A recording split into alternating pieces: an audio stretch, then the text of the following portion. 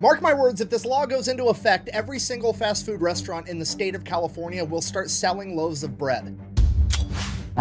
Today we're talking about blatant political corruption and Panera Bread, and once I start going down this rabbit hole, I'm not going to be able to stop, so we're going to go ahead and get the ad out of the way right now up front. Zaka Life Go Balm. It's made in the USA, 100% organic, full-spectrum CBD balm that you can put on any ache, any sprain, or athletic injury, and it's going to make it immediately feel better. This is one of the few times that I've actually approached a company to rep their product and not the other way around, because I actually use this stuff, okay? I'm 30, I'm fat, I've been doing construction for years, things hurt, this makes it not hurt. So if you're in the same boat as me, go ahead and give this stuff a try over at ZakaLife.com. Use the discount code FAT5 to save some money. Let's get back to the video. Okay, so here's what happened. The minimum wage in California is $16 an hour. The California state government is trying to pass a law that would make the minimum wage for fast food employees $20 an hour. Now, this law isn't designed to affect every restaurant in the state of California. It's specific for fast food chains, and a fast food chain is defined as any chain restaurant that has 60 or more locations nationwide, and those locations have a drive-through, or when they do have in-dining,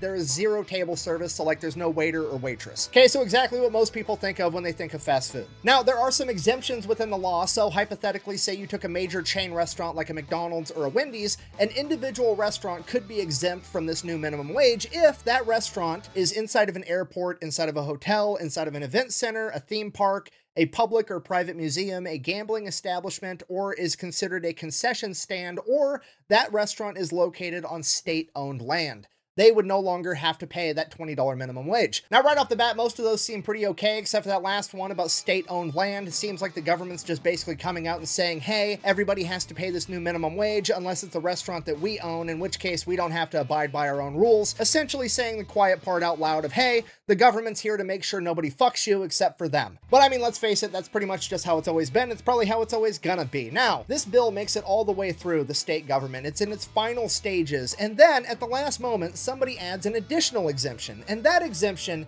is that a restaurant is no longer required to pay that minimum wage if they also sell bread as a standalone item, which I think we can all agree is kind of a weird exemption. I mean, off the top of my head, that would pretty much only apply to Panera Bread. At this point, Bloomberg puts two and two together and they're like, hey, you know who owns a bunch of Panera Breads in the state of California? Governor Newsom's friend. They went to the same high school. They've done business together in the past. He even donated like $160,000 to Governor Newsom's campaign recently. So now Gavin Newsom's taking a bunch of heat for potential political corruption, and he's not just taking it from like Republicans because he's a Democrat. No, he's getting it from all sides because it's so fucking obvious that it's political corruption. I mean, he's a Democrat and he got called out by Bloomberg, for fuck's sake. So first, the news outlets ask him, they're like, why did this bread exemption get added in the first place? To which he basically responded, it was part of the sausage making process for the bill, and provided no more explanation. And then when the interviewer came out and just straight up asked him, like, don't you think it's a little bit weird that everybody has to pay a $20 minimum wage except for Gavin Newsom's friend?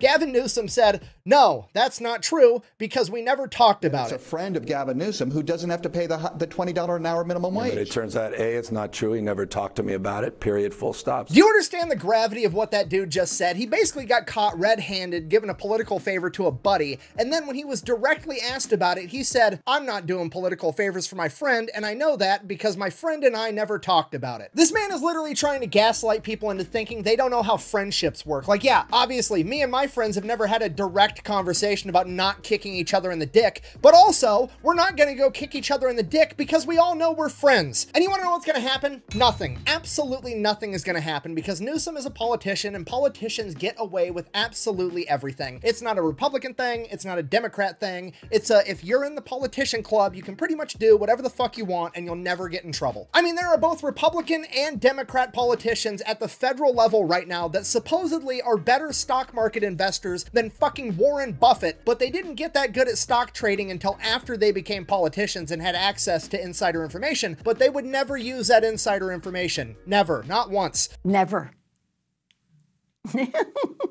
So politicians get away with that. Meanwhile, I'm over here getting $120 tickets because the window tint on my car is apparently too dark, even though that's the exact same tint that came on it from the fucking factory. And that's not even the worst part. Like, am I frustrated about blatant political corruption? Yeah, but I see it so much, so often, I'm basically desensitized to it at this point. The most frustrating part of this particular Breadgate incident is that it just highlights that politicians have absolutely no understanding of cause and effect. Seriously, I've got a 3-year-old that can put a 4-piece puzzle together, and I'm willing to bet a significant portion of these politicians can't. Okay, you know what? I'm just gonna show you. Let's do a thought experiment together. McDonald's has come out and said that this new minimum wage increase is gonna cost McDonald's $250,000 a year per location. Okay, let's pull up Google. How many McDonald's are in the state of California? 1,224. Okay, multiply that by $250,000. That's $306 million a year.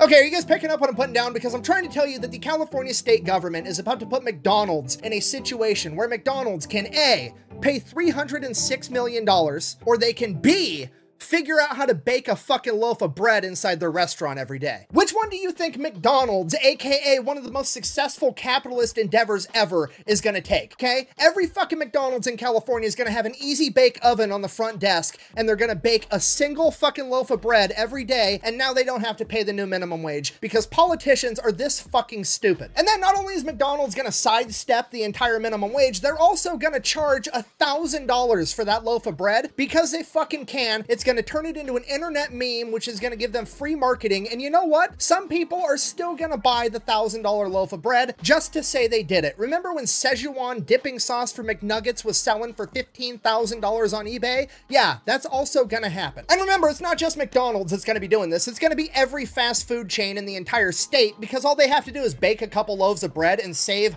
hundreds of millions of dollars a year. That's probably what they're gonna do. And it's like, at least with the political corruption, I can understand it. Like, I don't approve of it. I'm not a fan, but I can understand the notion that somebody's willing to break the law and fuck other people over for financial gain. I don't like it, but I can understand it. I, for the life of me, cannot wrap my head around the concept of a politician, somebody that's in charge of the rules of society, not having the mental capacity to understand the simple logic of, if I do this, they'll do that. How in the fuck is that a thing? It's like they're in a Three Stooges movie and they stop, look at the rake, and then step on it and smack themselves in the face anyways. I don't understand. There's truly nothing the government cannot mess up. They mess up absolutely everything they get anywhere near touching, and it has the weirdest ramifications on the planet. In the 1940s, the government bolstered the dairy industry because they wanted to be able to buy more ice cream for the Navy during World War II, and now there's 7 billion pounds of cheese in an underground cave network in Missouri. In the 1960s, JFK and Lyndon B. Johnson tried to incentivize Germans to buy more American chicken, and now for some reason I'm not allowed to own a Toyota Hilux. And now it's looking like the California state government tried to raise the minimum wage for fast food workers and somehow didn't do that, but inadvertently made every fast food restaurant in the state sell loaves of bread. So in conclusion, I guess we'll just focus on the small silver lining of this entire story, and that is that pretty much every news outlet, left-leaning or not, has decided to call out a corrupt politician, and we need more of that in the world. Quit playing party politics where you defend somebody just because they have your same political beliefs or they're on your side, and call out corruption when you see it, whether they're supposed to be on your team or not. That's exactly how the world should be, and I think it's great journalism. So if that's your guys' news outlet and you are part of that, kudos.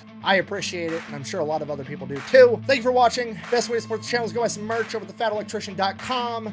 Whack, bang, out. And I am gonna go figure out how to untint the windows in my fucking car.